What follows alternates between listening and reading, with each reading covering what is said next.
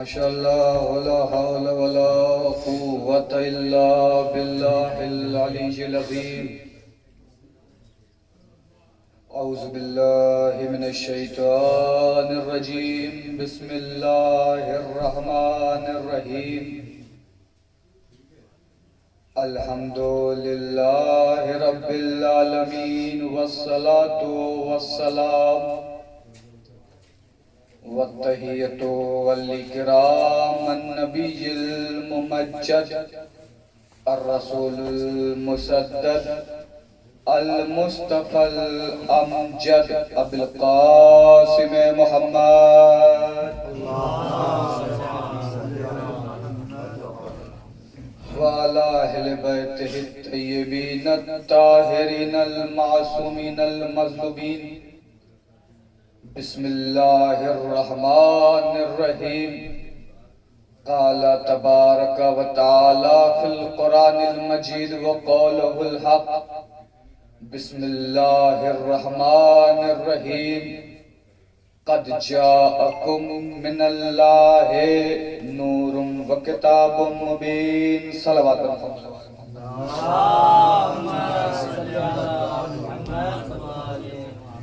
پروردگار جو ہمیشہ سے ہے اور ہمیشہ رہنے والا ہے، اس کتاب میں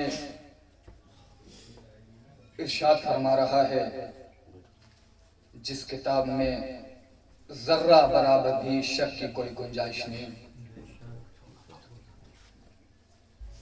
بسم اللہ الرحمن الرحیم قد جاءکم من اللہ نور و کتاب مبین، بے شک ہماری طرف سے دو چیزیں آئی ہیں، ایک نور آیا اور ایک کھلی ہوئی کتاب آئی۔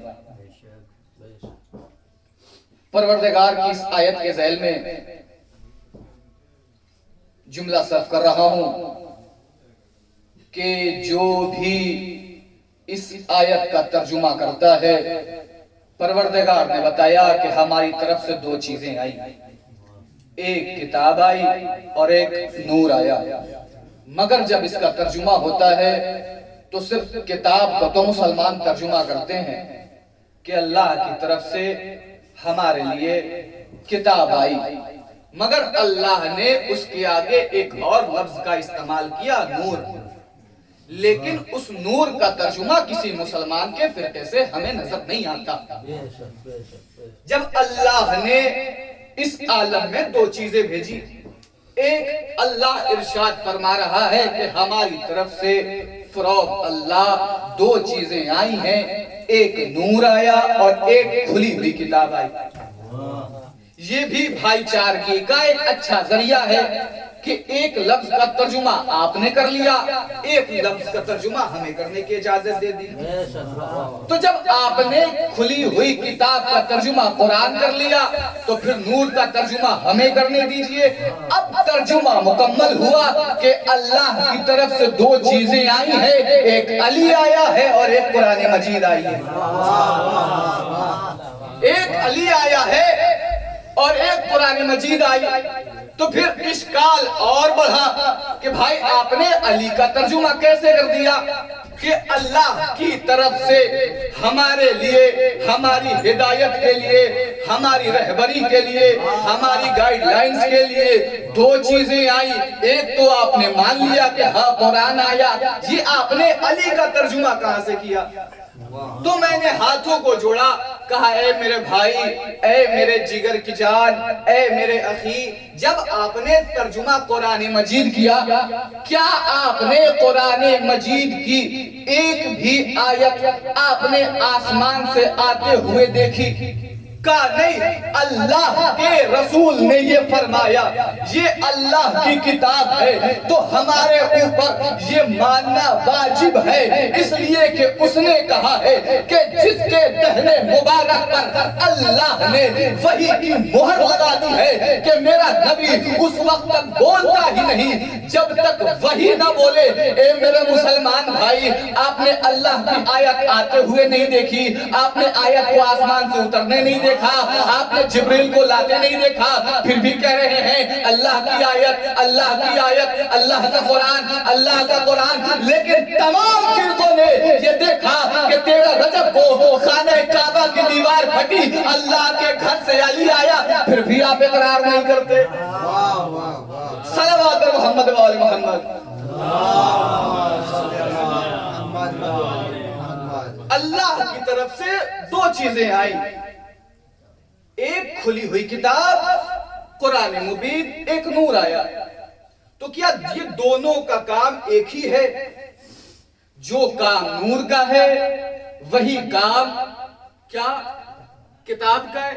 کہا نہیں, جو کام نور کا ہے اگر وہی کام کتاب کا ہوتا تو اللہ کو 2 چیز بھیجنے کی ضرورت کیا تھی؟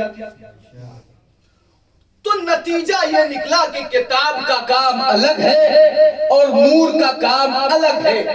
جب ہم نے تفاسیر اہل بیت اطہار سے پوچھنے کی کوشش کی کہ دونوں میں فرق کیا ہے, تو دونوں میں فرق یہ ہے کہ نور بتائے گا کیسے کرنا ہے اور کتاب بتائے گی کیا کرنا ہے.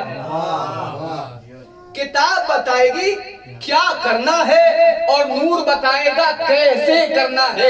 کتاب نے کہا کہ نماز پڑھو, لیکن یہ نور بتائے گا نماز کیسے پڑھنا ہے. کتاب بتائے گی جہاد کرو, یہ نور بتائے گا جہاد کیسے کرنا ہے. کتاب بتائے گی زکات دو, یہ نور بتائے گا زکات کیسے دینا ہے. کتاب بتائے گی استاد کی عزت کرو, یہ نور بتائے گا استاد کی عزت کیسے کرنا ہے. کتاب بتائے گا میدان سے نہ بھاگو, یہ نور آ کے بتائے گا میدان سے کیسے نہیں بھاگا جاتا ہے. کتاب بتائے گی رسول کی عزت کرو, یہ نور بتائے گا رسول کا احترام کیسے کیا جاتا ہے. کتاب بتائے گی اپنے ماں کا احترام کرو, یہ نور فاطمہ تو بذت منی کا اعلان کر کے بتائے گا کہ کیسے احترام کیا جاتا ہے. تو پھر تاریخ میں 2 باتیں ملی, ایک نے یہ بتایا کہ کیا کرنا ہے اور ایک نے یہ بتایا کہ کیسے کرنا ہے. جب ہم نے مطالعہ کرنا شروع کیا, تاریخ کے اوراق کو لٹنا شروع کیا, تاریخ کے ورق کو گرداننا شروع کیا, تو ہمیں یہ سمجھ میں آیا کہ رسول کو اس پروردگار کی جانب سے اس جہان میں آئے ہوئے 40 سال گزر گئے. رسول اس دنیا میں آئے ہوئے رسول کو 40 سال ہو گئے. میں کہوں گا برے لہا, میرے معبود, میرے پروردگار, میرے اللہ, میرے داتا, میرے پالنہار.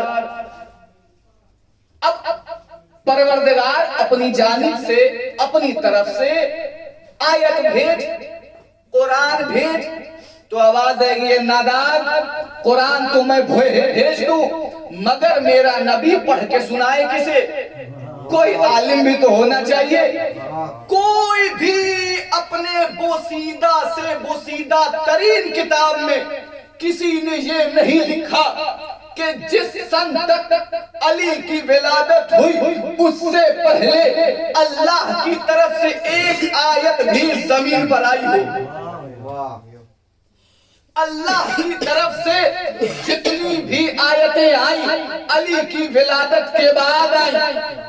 علی کی ولادت سے پہلے قرآن مجید کی ایک بھی آیت پورے مسلمان کی جھوٹی سے جھوٹی, جھوٹا سے جھوٹا راوی اس بات کو نقل نہیں کرتا کہ علی کے آنے سے پہلے, علی کی ولادت سے پہلے, علی کے اس خانہ کعبہ میں نزول سے پہلے ایک بھی اللہ کی طرف سے آیت اس زمین پر آئی ہو. میں کہوں گا یا بار الہا, یہ مجبوری کیا ہے, یہ تیرا مقام کیا ہے, یہ بتانا کیا چاہ رہا ہے. کہا علی اور قرآن میں صرف ایک فرق ہے. کہا فرق کیا ہے؟ کہا یہ کیسے مان لوں کہ یہ اللہ کی کتاب ہے؟ کیا توریت اللہ کی کتاب نہیں ہے؟ کیا زبور اللہ کی کتاب نہیں ہے؟ کیا انجیل اللہ کی کتاب نہیں ہے؟ کہا اللہ کی کتاب ہے, توریت بھی اللہ کی کتاب ہے, زبور بھی اللہ کی کتاب ہے, انجیل بھی اللہ کی کتاب ہے. لیکن ہو سکتا ہے توریت میں ترمیم ہو گئی ہو, زبور میں ترمیم ہو گئی ہو, انجیل میں ترمیم ہو گئی ہو, لیکن قرآن مجید کا وہ پاک وعدہ جس کو پروردگار نے کہا تا قیامت تک اس میں کوئی رد و بدل نہیں ہو سکتا. یا تو یہ ہمیں کمال علی میں ملا, یا تو یہ کمال ہمیں قرآن میں ملا. جیسے ہی ہم نے قرآن کا سورہ پڑھنا شروع کیا اس کو بسم اللہ الرحمن الرحیم الحمدللہ رب العالمین وہی مجھے اللہ کی نشانی یاد آئی, وہی مجھے اللہ کی یاد دلانے لگا. جیسے ہی ہم نے کہا بسم اللہ الرحمن الرحیم قل هو اللہ احد وہی آیت اللہ, ہم نے کہا بسم اللہ الرحمن الرحیم الف لام میم ذالک الکتاب, یا تو ہمیں وہی اللہ کی آیت, جو بھی ہم نے قرآن کی آیت پڑھنا شروع کی وہی ہمیں اللہ کی یاد دلانا شروع کی, وہی ہمیں نے اللہ کی یاد داشت دلانا شروع کیا. جو بھی ہم نے قرآن کی سورہ پڑھی ہم نے کہا بسم اللہ الرحمن الرحیم الف لام میم ذالک الکتاب لا ریب فیہ وہی آیت اللہ. سورہ ناس پڑھا وہی آیت اللہ, سورہ حمد پڑھا وہی آیت اللہ. یا تو یہ بات ہمیں قرآن میں ملی یا تو ہمیں یہ بات امام علی میں ملی. جیسے ہم نے قرآن دیکھا تو وہی آیت اللہ, وہی اللہ کی نشانی, وہی اللہ کی نشانی, وہی آیت اللہ. جیسے ہی علی کا ہاتھ, علی کی آنکھ دیکھا عین اللہ, علی کا چہرہ دیکھا وجہ اللہ, علی کا ہاتھ دیکھا ید اللہ. صلوات محمد و آل محمد. نعرہ حیدری حیدری آواز بلند صلوات. اللہ کی طرف سے دو چیزیں آئی, ایک نور آیا اور ایک کتاب آئی. جلدی جلدی بس اپنے رب کی طرف. پوری دنیا اپنے قوم کو, چاہے وہ مسلمان ہو, چاہے وہ کافر ہو, چاہے وہ یہودی ہو, چاہے وہ عیسائی ہو, چاہے وہ جس بھی مذہب کو مانتا ہو, چاہے ہم ہوں, سب اپنی قوم کو ایک میسج دے رہے ہیں. میسج کیا ہے؟ میسج یہ ہے کہ اپنے آنے والی نسل کے لیے اور رضائے الہی کے لیے اچھے اچھے کام کرو. یعنی نماز پڑھو, روزہ رکھو, حج کرو, زکوٰۃ دو, خمس نکالو, استاد کی عزت کرو, چھوٹوں کا احترام کرو. تو بھائی جب آپ یہ پیغام دے رہے ہیں کس لیے دے رہے ہیں؟ تاکہ پروردگار راضی ہو جائے, اس کی رضا مل جائے. جس بھی مذہب کا جو بھی خدا ہے وہ کہہ رہا ہے کہ یہ سارے کام ہم اس لیے کر رہے ہیں تاکہ رضا مل جائے, اور ہم اس لیے کہہ رہے ہیں کہ ہمیں پروردگار کی رضا حاصل ہو جائے. رسول نے فرمایا ہے برے کام سے بچو اور اچھے کام پر دھیان دو.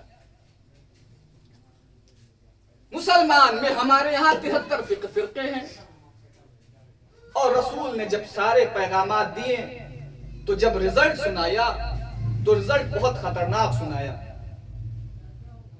رزلٹ یہ سنایا کہ 73 فرقوں میں سے جنت صرف ایک فرقہ جائے گا. کیا شیعہ نماز نہیں پڑھ رہے ہیں؟ کیا سنی نماز نہیں پڑھ رہے ہیں؟ کیا حنفی نماز نہیں پڑھ رہے ہیں؟ کیا وہابی نماز نہیں پڑھ رہے ہیں؟ کیا بریلوی نماز نہیں پڑھ رہے ہیں؟ ارے ہم تو قیامت تو یہ ہو گئی, ہم تو نماز جمعے کی جمعے کو پڑھ رہے ہیں, وہ تو اتنی ضد میں ہے جمعے کی نماز بدھ کو بھی پڑھ دیا کرتے ہیں.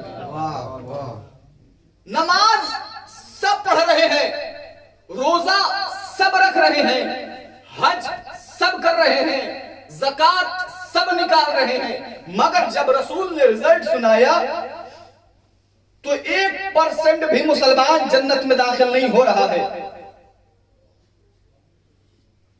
1% بھی مسلمان جنت میں داخل نہیں ہو رہا ہے. رسول نے سارے پیغامات دیے, سب عمل کر رہے ہیں, مگر جب رزلٹ آیا کہ صرف ایک فرقہ جائے گا جنت میں, 1% بھی مسلمان جنت میں داخل نہیں ہو رہے. تو بھائی آپ یہ کام کر کیوں رہے ہیں اتنے؟ کر اس لیے رہے ہیں تاکہ رضائے پروردگار حاصل ہو جائے, ہمیں جنت حاصل ہو جائے, ہمیں جنت مل جائے, ہم جنت میں چلے جائیں گے.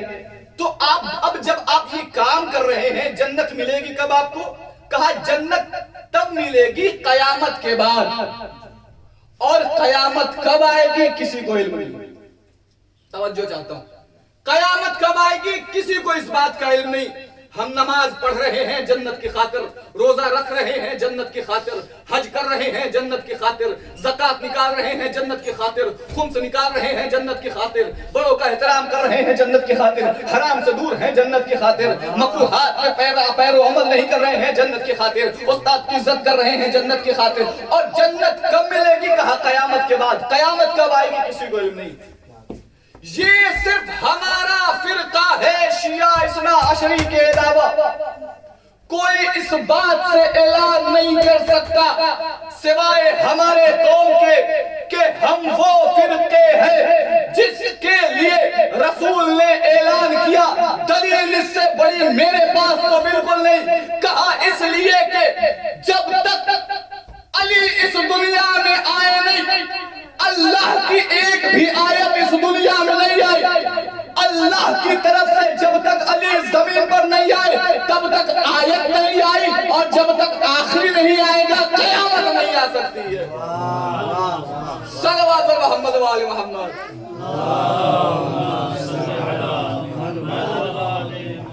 جب تک آخری نہیں آئے گا تب تک قیامت نہیں آ سکتی۔ اس لیے پروردگار نے ارشاد فرمایا یوم ندعو کل اناس بامامہم۔ ہم بس آخری بات، ہم تمہیں تمہارے امام کے ساتھ بلائیں گے۔ جب ہم تمہیں بلائیں گے تو تمہارے امام کے ساتھ بلائیں گے۔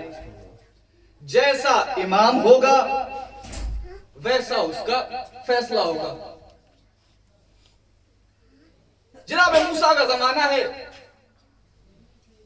فرعون نے جناب موسیٰ کے قوم کو خرید کر پیسے کے زوم پر لالچ دے کر اپنی طرف کر لیا۔ آواز قدرت آئی، موسیٰ شب کی تاریکی میں فرعون کے دربار میں جاؤ اور اپنی قوم کو لے کر باہر آؤ اور نجات دلاؤ۔ موسیٰ نے کہا بارے الہا، میں اکیلا، وہ بادشاہ، وہ بھی فرعون کا دربار، مجھے ہیبت آتی۔ کہا میں حکم دے رہا ہوں جاؤ۔ جناب موسیٰ دربار میں پہنچے۔ جیسے ہی دربار میں پہنچے فرعون سو رہا تھا۔ جناب موسیٰ نے اپنے چاہنے والوں کو لیا، اپنی قوم کو لیا اور لے کر نکلے۔ جیسے ہی جناب موسیٰ نکلے ادھر فرعون کے حامیوں نے، فرعون کے مددگاروں نے فرعون کا شانہ ہلا کر کہا اے خدائی کا دعویٰ کرنے والے، اے اپنے آپ کو خدا کہنے والے، ذرا بیدار ہو۔ کہا کیا ہوا؟ کہا موسیٰ اپنی قوم کو لے کر چلے گئے۔ کہا کہاں چلے گئے؟ کہا وہ دیکھو دریائے نیل پار کرا رہے ہیں۔ توجہ، فرعون بیدار ہوا۔ فرعون نے اپنے چاہنے والوں کو لیا، اپنے نوکروں کو لیا اور جناب موسیٰ کے پیچھے چلا۔ خدا ارشاد فرما رہا ہے یوم ندعو کل اناس بامامہم۔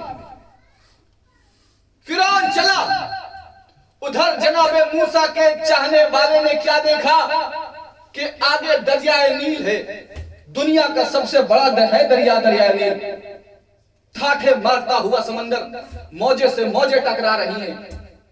ایک تو یہ خوف کہ موسیٰ ہمیں یہ پار کیسے کرائیں گے، اور پیچھے کیا دیکھا کہ فرعون کا لشکر چلا رہا ہے۔ کہا موسیٰ میں تمہارے کہنے پر دربار کو تو میں نے چھوڑ دیا، لیکن اب تو ہم سب مارے جائیں گے۔ کہا کیسے مارے جاؤ گے؟ کہا آگے دریائے نیل ہے، پیچھے فرعون کا لشکر ہے۔ توجہ چاہتا ہوں، آگے دریائے نیل ہے، پیچھے فرعون کا لشکر ہے، ہم جائیں تو جائیں کہاں؟ اللہ نے پروردگار سے مخاطب ہو کے کہا بارے الہا، تیرے حکم سے میں اپنے چاہنے والے کو، اپنی قوم کو، اپنی امت کو دربار سے لے کر تو نکلا، لیکن اب جاؤں تو جاؤں کہاں؟ کوئی راستہ نظر نہیں آتا۔ آواز قدرت آئی موسیٰ تمہارے ہاتھ میں ایسا نہیں ہے۔ کہا بارے الہا ہے۔ کہا دریا پہ مارو۔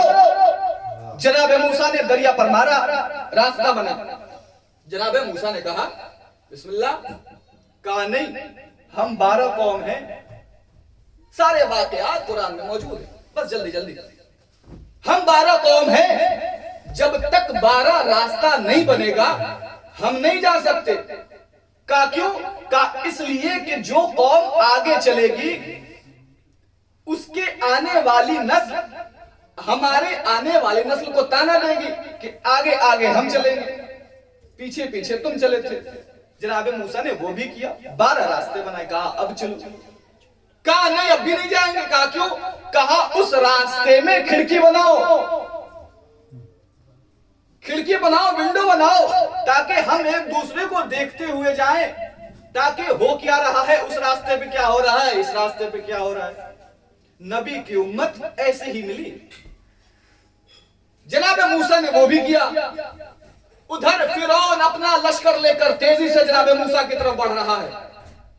قرآن نے بتایا جناب موسیٰ کی 12 قومیں ہیں۔ جناب موسیٰ نے اپنی 12 قوموں کو نجات دلائی، 12 راستے بنائے۔ جناب موسیٰ دریائے نیل کو پار کر گئے۔ اب یہ بتائیں کہ جناب موسیٰ کے پیچھے چلنے والے کیا سارے مولوی صاحب تھے؟ کیا سب حافظ جی تھے؟ کیا سب اچھے کام کرنے والے تھے؟ کیا سب نیک کام انجام دینے والے تھے؟ کہا نہیں، اس میں وہ بھی تھا جس نے جادو سے جناب موسیٰ کا بچڑا بنایا تھا، سامری، وہ بھی پار ہو گیا۔ کہا کیوں؟ اس لیے کہ اس نے امام صحیح چنا۔ خدا ارشاد فرما رہا ہے یوم ندعو کل اناس بامامہم، ہم تمہیں تمہارے امام کے ساتھ بلائیں گے۔ وہ سامری جادوگر جو جناب موسیٰ کے جانے کے بعد بچڑا بنا کر قوم کو گمراہ کرنے والا ہے، وہ بھی جناب موسیٰ کے پیچھے پیچھے جا رہا ہے، وہ بھی پار ہو گیا، اس لیے کہ اس نے امام صحیح چنا۔ جیسے ہی جناب موسیٰ پار ہوئے، فرعون نے سوچا موسیٰ پار ہو گئے تو ہم بھی۔ جیسے ہی فرعون گیا، فرعون کا سارا لشکر پانی میں غرق ہو گیا۔ اب یہ بتائیں کیا فرعون کے ساتھ سارے برے کام کرنے والے تھے؟ کہا نہیں، اس میں نمازی بھی تھے، اس میں پرہیزگار بھی تھے، اس لیے کہ اس نے امام غلط چنا۔ جیسا امام ہوگا ویسا اس کا صلاح دیا جائے گا۔ اب جناب موسیٰ نے فرمایا کہ ہماری 12 قوم تھی، اب ذرا توجہ کیجئے گا، تاریخ بتاتی ہے کہ موسیٰ ایک امام ہے، موسیٰ کے پاس 12 قوم ہے، موسیٰ ایک امام ہے، موسیٰ کے پاس 12 قوم ہے۔ ارے موسیٰ اس کو کہتے ہیں جو موسیٰ ایک امام اپنے 12 قوموں کو نجات دلا سکتا ہے، تو ہمارے 12 امام ایک قوم کو نجات کیوں نہیں دلا سکتے؟ صلوات بر محمد و آل محمد۔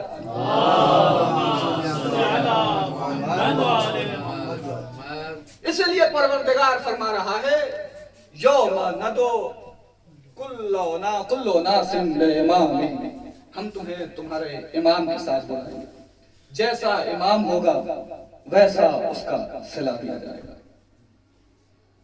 یہی وجہ ہے کہ صبح عاشور کو امام حسین نے کہا تم آخر مجھے کیوں قتل کرنا چاہتے ہو؟ کیا میں نے حلال محمدی کو حرام قرار دیا ہے؟ حرام محمدی کو حلال قرار دیا ہے؟ کہا نہیں، نہ اپنے حلال محمدی کو حرام قرار دیا، نہ اپنے حرام محمدی کو حلال قرار دیا۔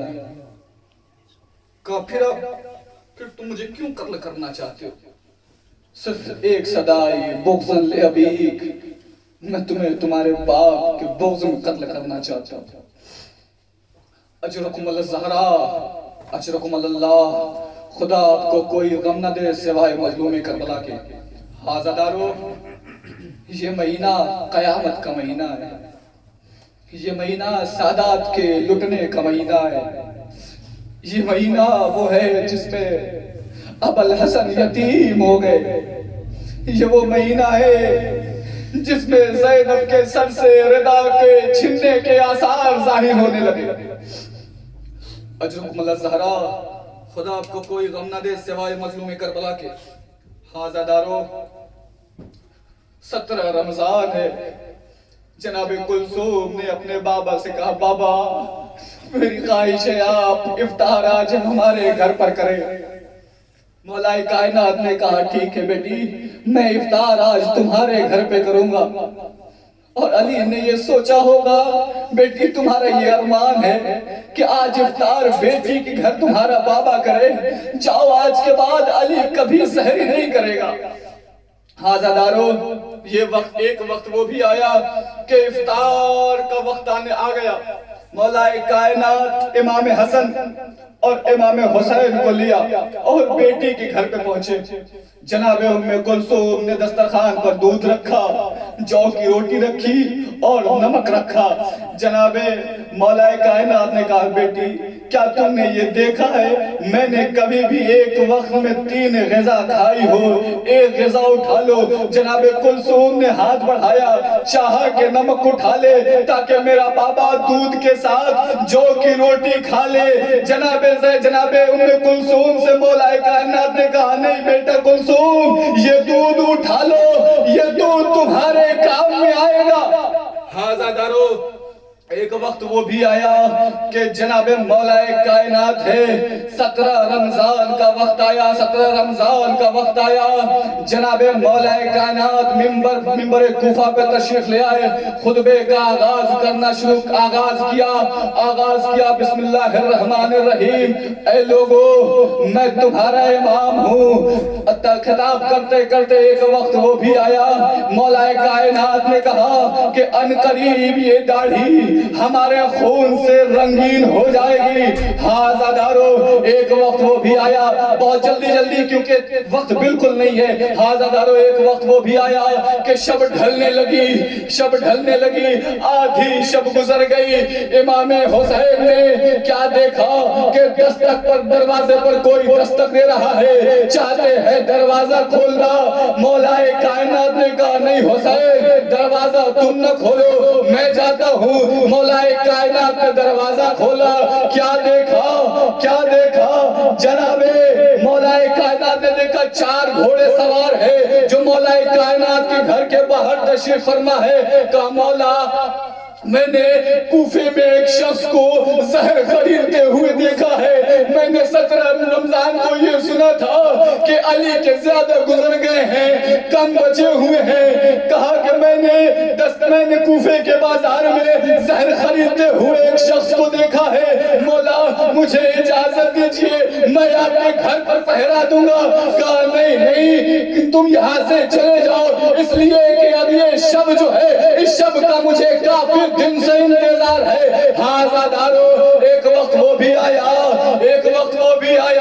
کہ وقت گزر گیا، صبح کا وقت آ گیا۔ مولا کائنات چاہتے ہیں گھر سے نکلنا، مولا کائنات کے دامن کو مرغابیوں نے پکڑ لیا اور مرغابیوں نے کہا مولا آپ جا تو رہے ہیں مگر مجھے کس کے سہارے چھوڑ کر جا رہے ہیں؟ مولا کائنات نے امام حسن کو قریب بلایا اور قریب بلا کر کہا بیٹا حسن جب تک اس کے کھانے کا اور ڈالنے کا انتظام رہے اس کو اپنے پاس رکھنا، اور اگر انتظام نہ ہو سکے اسے آزاد کرنا۔ میں ہاتھوں کو جوڑ کے کہوں گا اے مولا اس جانور کے دانے اور پانی کا تمہیں اتنا احساس ہے، ذرا کربلا کے بعد اسی کوفے میں آئیے گا، یہی کوفے کا بازار ہوگا، یہی آپ کی بیٹی اور پوتی دیار بدیار کھلائے جائیں گے۔ اجرکم الازہرا، خدا آپ کو کوئی غم نہ دے سوائے مظلوم کربلا کے۔ حاضردارو مولا گھر سے مسجد میں تشریف لے آئے اور ابن ملجم سے کہا اے ابن ملجم اٹھو، یہ خدا کا گھر ہے، عبادت کا وقت ہو گیا۔ اللہ جانے کیسا جگر ہے علی ابن ابی طالب کا، خود اپنے قاتل کو اٹھا کر کہہ رہے ہیں یہ سونے کا مقام نہیں، یہ عبادت کا وقت ہے۔ مولا کائنات گلدستہ اذان پر آئے اور آواز دی اللہ اکبر، کوفے میں صدا گونجنے لگی۔ ہائے یہ کیسا وقت آ گیا، یہ علی کی آواز میں کیسا درد ہے، علی خود ہی اذان دے رہے ہیں، علی کی آواز میں یہ کیسا درد ہے۔ علی نے اذان ختم کی، لوگ اکٹھا ہو گئے، علی نے نماز پڑھانا شروع کیا۔ حاضردارو ایک وقت وہ بھی آیا کہ جیسے ہی علی ابن ابی طالب نے، جیسے ہی ہمارے میرے مولا نے نماز کے پہلے سجدے سے سر اٹھانا چاہا، ابن ملجم کی بجھی ہوئی تلوار زہر آلود مولا کے سر پر پڑی مولا نے صدا بلند کی فزدو میں رب الکعبہ کعبے کی قسم میں کامیاب ہو گیا ہاں دارو جیسے ہی مولا کا یہ صدا مولا کی یہ صدا کوفے کے ہوا میں گونجنی تھی مسجد کے دو دیوار آپس میں ٹکرانے لگے جبرائیل یہ صدا دینے لگا ارے آج مولا کائنات کو کوفے میں شہید کر دیا گیا سیعلم الذین ظلموا ویبنی قلبی انا للہ و انا الیہ راجعون